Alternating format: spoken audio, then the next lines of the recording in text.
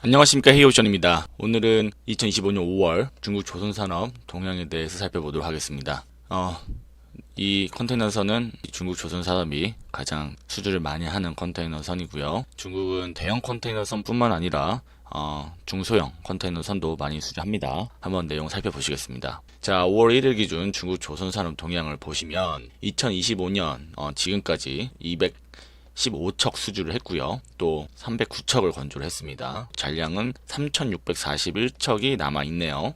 시장 점유율을 보시면 척수 같은 경우는 58% 시장 점유율을 갖고 있고요. 또 데드웨이트 기준은 56%, 또 빌리언으로 보면은 45% 정도 세계 수주 점유율을 차지하고 있습니다. 잔량 기준으로는 시장 점유율이 67% 정도 되네요. 근데 이제 아시다시피 요걸 보셔야 되는데 지금 5월 1일 기준이니까 4월 달까지 누계치가 반영이 됐겠죠. 근데 이제 단순 산술 계산을 해서 앞으로 남은 8개월을 감안했을 때 이거 그냥 단순 곱하기 3 해봤자 600척, 작년에 1900척을 수주를 했는데 올해 수주 끼케야 600척, 700척 수주한다는 얘기예요. 엄청나게 수주를 못하는 겁니다, 여러분. 엄청나게 발주량이 급감하는 거예요. 글로벌 시장이 지금 굉장히 어렵다. 인플레이션 같은 것뿐만 아니라 뭐 경제 공황 온다. 뭐 지금 선박 수준만 보더라도 느껴지지 않습니까, 여러분? 지금은 자산을 지켜야 될 때예요. 자, 한번 살펴보겠습니다. 요 사진은 제가 구글어스에서 찾아본 사진인데요.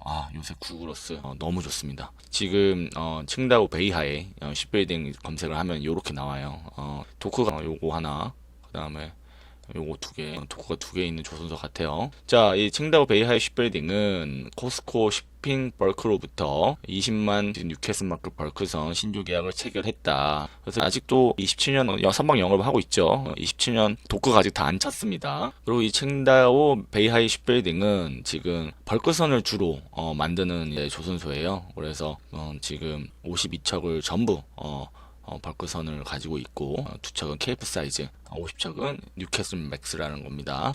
케이프 사이즈가 좀 더 작죠. 18만 데드웨이트가 케이프 사이즈인 것 같고 뉴캐슬 맥스가 20만 데드웨이트 넘는 것 같은데, 이렇게 중국은 조선소마다 특징이 있어요. 어느 한 조선소는 이제 뻘커만 만들고요, 어떤 한 조선소는 작은 컨테이너선만 만들고, 우리 한국도 이런 식으로 조금 전략적으로 우리가 세계 선박을 수주를 늘려갈 수 있는 정책적인 지원이 필요합니다.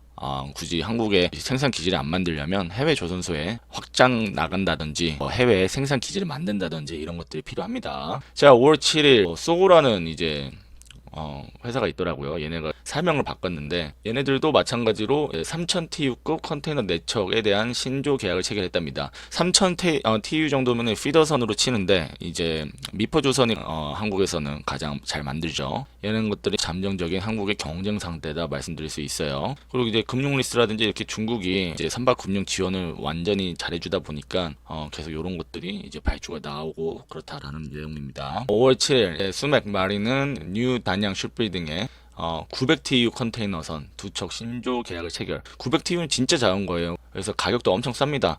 이 두 척에 3,400만 달러밖에 안 되는 거예요. 3,400만 달러면 탱커가 5천만 정도 될 텐데 한 척만도 가격이 안 된다는 거죠. 요걸 보셔야 되는데 이 선박들은 21년 이후 처음으로 이 조선소에 발주된 컨테이너선이라는 거예요. 그러니까 지금 화이트리스트라 그래가지고 예전에 중국 조선업 괜찮은 조선소들을 남기고 다 이제 구조조정했던 이후에 조금씩 좀비 기업들이 많이 만들어지지 않을까 싶습니다. 5월 14일 이제 난통 샹위 이 석유 회사가 또 수주를 하네요.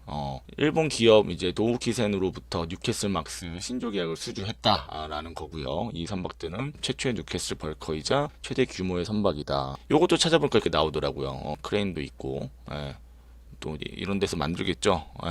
이런 느낌입니다. 5월 15일 코스코 인베스트 대련은 코스코 헤비 인더스트리 치둥에서 LPG 88,000CBM이면 이제 한국 현대중공업이랑 완전 겹치는 선종이에요. 대형 LPG 현대중공업이 가장 잘 만드는데 또 요렇게 크레인들이 있습니다. 코스코 치둥 오프쇼어 검색해보면 이렇게밖에 나오지 않더라고요. 그래서 여기서 만들어지는데, 이 중국 조선소들은 특징이 있습니다. 중국 조선소들은 약간 중앙에서 설계를 해서 각 조선소로 내려보내요. 그래서 마릭이라는 곳이 국영 선박 설계하는 센터 한답니다. 마리기 설계해서 이제 코스코라든지 국영 조선소에다가 설계 도면을 뿌려주면 얘네들은 그냥 생산하는 그런 구조예요. 한국도 이렇게 가야 됩니다. 여전히 우리는 조선 3사가 경쟁하는데 이게 좋으면서도 뭐 부족한 부분도 있겠죠. 요거는 이제 2024년 12월에 발주된 LPG에 이제 옵션분 행사를 했던 거죠. 최초의 베리 라지 가스 캐리어라고 하는 겁니다. 자, 5월 19일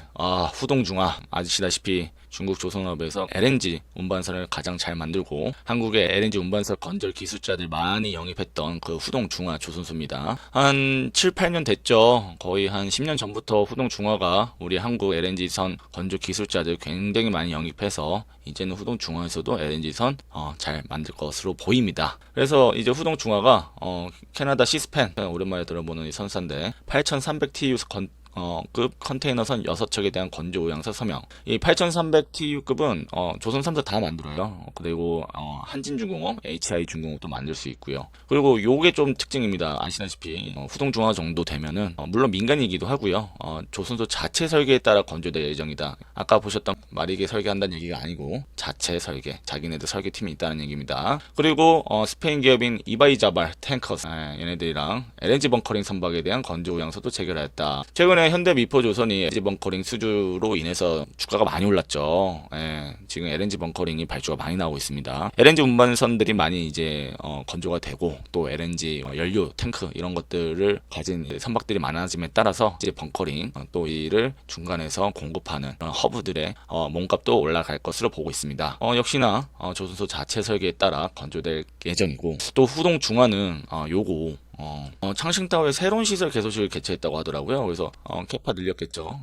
네, 11억 달러 LNG 운반선 한 4척 정도 들어가는 큰돈 투자했다는 얘기입니다. 자, 5월 20일입니다. 저우산 대선 저우는 이제 상하이 진한으로부터 7,300 데드웨이트급 스테인리스 스틸 화학 탱커 1+1 신조 계약 체결했다고 나오죠. 요거는 우리나라의 대선 조선이 가장 적합하게 잘 만드는데 이런 것들도 우리가 계속 해 나갈 수 있도록 그런 조선소마다의 경쟁력을 좀 강화시켜 줘야 됩니다. 그런 게 필요하고요. 또 5월 23일 우창 조선소는 상하이 코스코 쇼핑 에너지로부터 6,200 데드웨이트급 화학 탱커 신조 계약 체결. 이렇게 화학 탱커, 케미컬 탱커가 굉장히 중요하거든요. 이런 노하우들을 가지고 있는 조선소들이 사라짐에 따라서 우려도 있습니다. 사실 우리 한국도 대형 조선소와는 맞지 않는 선종이긴 한데 저는 개인적으로 대형 조선소들이 공략하는 선종들뿐만 아니라 중국의 시장 점유율을 가져올 수 있는 중소형 조선소들에 대한 정책 지원뿐만 아니라 필요하다면 해외 생산 기지도 만들어야 된다고 생각합니다. 우창조선은 그냥 화학 제품 운반선만 건조하는 데예요. 5월 26일 우후 조선소는 6,600 데드웨이트 화학 탱커, 케미컬 탱커 체결했다고 나오죠. 사실 가격이 비싼 건 아닙니다. MR 탱커 한 척만도 못하죠. 한 척 가격인데 케미컬 탱커가 싸지만 그렇다고 이게 건조 노하우가 중요한 산업이다 보니까 이런 회사가 사라져 가는 것이 조금 아쉽습니다. 그래서 우리나라도 대선조선 법정관리에서 지금 건조할 거 건조 다 하고 이제 좀 정리하고 있는 것으로 알고 있는데요. 대선조선도 좀 그 대주주가 너무 땅 팔아가지고 장사하고 돈 벌 생각만 하지 말고 좀 그 정도 벌었으면 조금 사회에 또 국가에 기여하는 것도 전 방법이라고 생각합니다. 그래서 우후 조선소와 장수신 3000TU급 메탄올 적재 컨테이너 수주했다. 얘네들은 이러한 선박들 뿐만 아니라 134척을 수주한 상태네요. 장수 조선소 얘기고요. 자, 마지막으로 황푸 원충. 이게 좀 큰 회사인 것 같은데 찾아보는 게 좀 안 나오더라고요. 그래서 1900TU급 컨테이너 4+2척 계약 체결. 미포가 가장 잘 만드는, 미포보다 한 10% 15% 싸지 않을까 싶습니다. 자체 조선소 설계 팀을 갖고 있다고 강조하고 있고 또 22일 날도 2700TU 컨테이너 4척을 계약했다. 이렇게 얘기하네요. 그래서 얘네들이 조선소들이 갖고 있는 잔량을 보면 115척 선박을 수주했는데 그 중에 57척은 컨테이너다. 이렇게 말할 수 있습니다. 자, 오늘은 5월 중국 조선산업 동향에 대해서 한번 정리를 해보았습니다. 구독과 좋아요는 컨텐츠 제작에 큰 도움이 됩니다. 감사합니다.